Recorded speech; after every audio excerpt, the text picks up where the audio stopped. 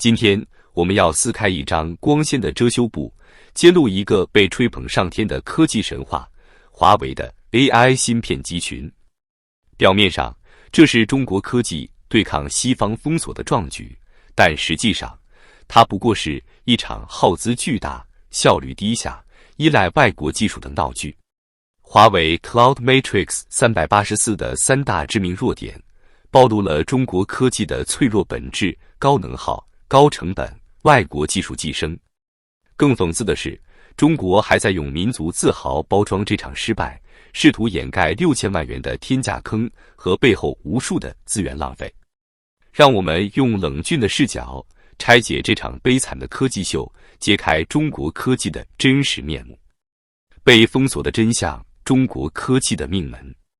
全球科技战场，美国牢牢掌控着 AI 芯片的命脉。自2023年起，美国对华实施的高端芯片禁售令，让中国 AI 产业损失超1000亿美元，数千家企业陷入芯片荒。根据国际半导体产业协会 SEMI 2024年报告，中国芯片自给率仅 15%， 高端 AI 芯片几乎100%依赖进口。这种技术上的卡脖子，让中国科技企业如热锅上的蚂蚁，挣扎在生存的边缘。而华为这个被中国政府力捧的救世主，不得不在封锁的铁幕下，用堆砌芯片的笨办法，硬撑起所谓的国产 AI 门面。华为最新推出的 Cloud Matrix 384 AI 芯片集群，集结了384个升腾 910C 芯片，号称能匹敌英伟达的 AI 算力。据《金融时报》报道，首批客户包括为中国科技公司服务的数据中心。然而，这种人海战术式的芯片堆砌，非但没有突破技术壁垒，反而暴露了中国科技的三大致命软肋。更让人啼笑皆非的是，中国媒体还在将这种低效的堆芯策略吹嘘为技术奇迹，这难道不是自欺欺人吗？三大弱点：华为 AI 芯片的致命硬伤。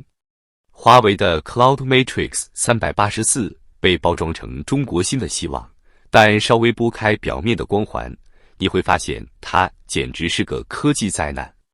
根据《金融时报》和行业网站 Oxtec 4月30日的报道，这套系统的三大弱点足以让任何理性的观察者摇头：能耗黑洞，电费烧钱的无底洞。Cloud Matrix 384的能耗表现堪称灾难。数据显示，其全系统功耗高达559千瓦，而英伟达的 GB200NVL72 仅为145千瓦，能效比华为高出 2.3 倍。更离谱的是，在 AI 工作负载下，华为芯片的每瓦性能表现极其糟糕，电费成本是英伟达的 3.9 倍。举个例子，如果一家数据中心每天运行 Cloud Matrix 384，电费开支可能高达数十万元人民币，而同样的算力，英伟达的设备只需要1/10的成本。这种能耗差距不仅让中国企业背上沉重的运营负担，也让华为的突破沦为资源浪费的笑话。更糟糕的是，高能耗还带来了环境问题。根据中国能源研究会2024年报告，数据中心的碳排放已占全国总排放的 10%， 而像 Cloud Matrix 384这样的电老虎，无疑在加剧这一危机。试问，烧钱烧电的芯片，凭什么跟英伟达竞争？二软件烂摊子，维护成本的天价陷阱。如果说高能耗是硬件的硬伤，那么华为的软件系统就是一团解不开的乱麻。相比英伟达成熟的 CUDA 平台，华为的软件需要经验丰富的工程师进行高强度维护。根据《金融时报》援引的业内人士说法，华为系统的人力运营成本比英伟达高出3到5倍。这意味着什么？使用 Cloud Matrix 384的企业必须雇佣一大群工程师，日夜不停地修补系统漏洞和性能瓶颈。而英伟达的客户只需要几个人就能轻松搞定。更讽刺的是，华为的软件生态还远未成熟，开发者社区的支持度低得可怜。根据 Stack Overflow 2024年开发者调查，仅有 2% 的 AI 开发者使用华为的软件框架，而英伟达的 CUDA 占比高达 85%。这种软件上的巨大差距，让华为的芯片不仅贵得离谱，还逼着用户花更多的钱养人。这哪里是科技产品，简直是人力吸血鬼。价格天坑6000万的豪赌。最让人瞠目结舌的是 Cloud Matrix 384的售价。据业内人士透露，这套系统的价格高达6000万元人民币，约820万美元，而英伟达的 NVL72 售价仅为300万美元左右。换句话说，华为的芯片集群贵了近3倍。6000万元是什么概念？对于许多中小型企业来说，这几乎是几年的运营预算。买了华为的芯片，不仅要支付天价硬件费用，还要面对高昂的电费和维护成本。更残酷的是 ，Cloud Matrix 384的性能根本无法与英伟达匹敌。根据 Oktech 的测试数据，英伟达 NVL72 在 AI 训练任务中的速度比华为快2倍以上。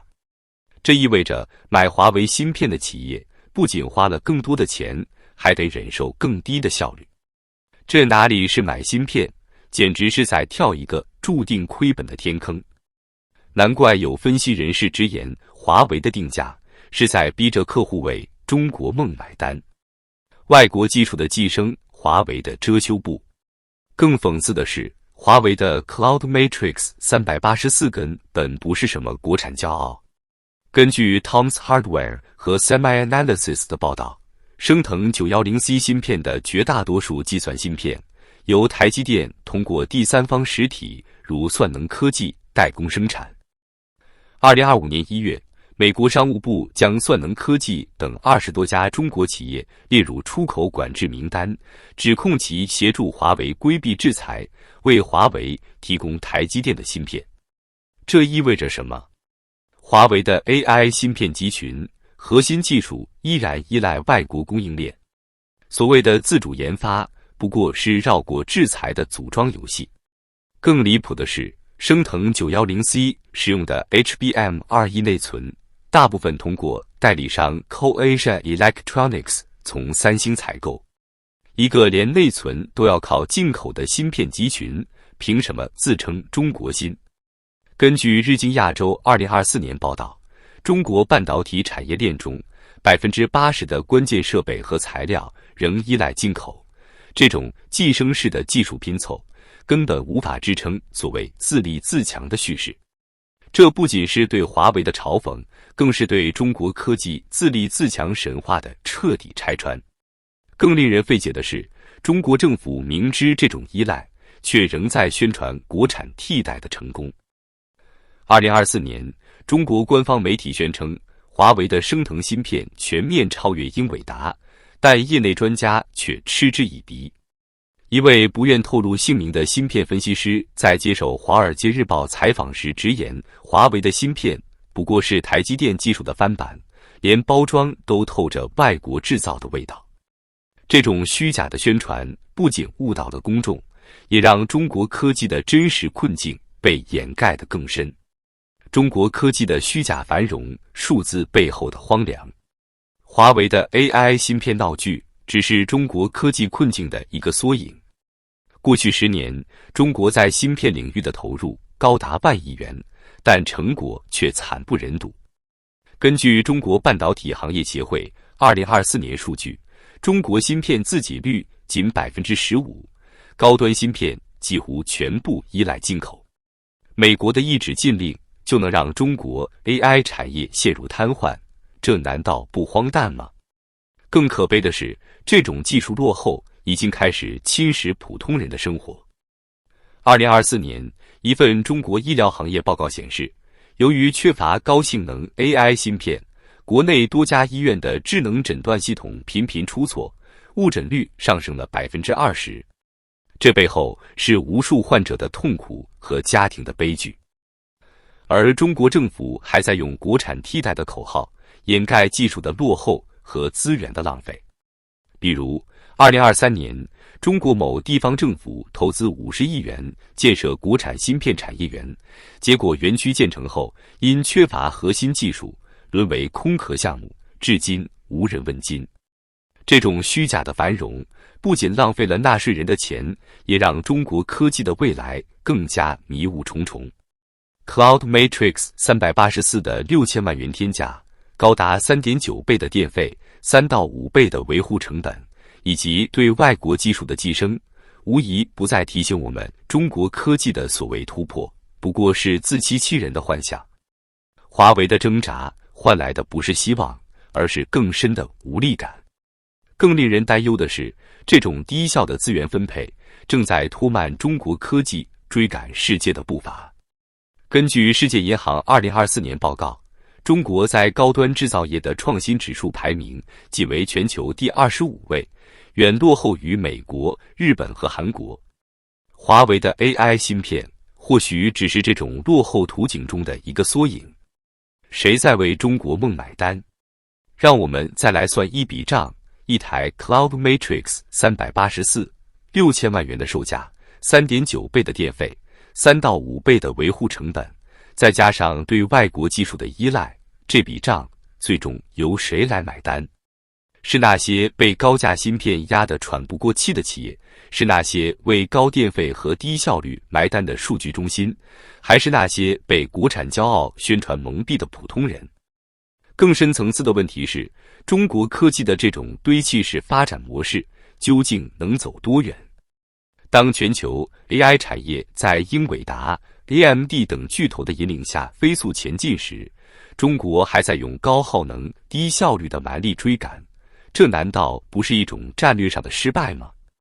根据 Gartner 2024年预测，到2030年，全球 AI 芯片市场规模将达到5000亿美元，而中国企业的份额可能不足10%。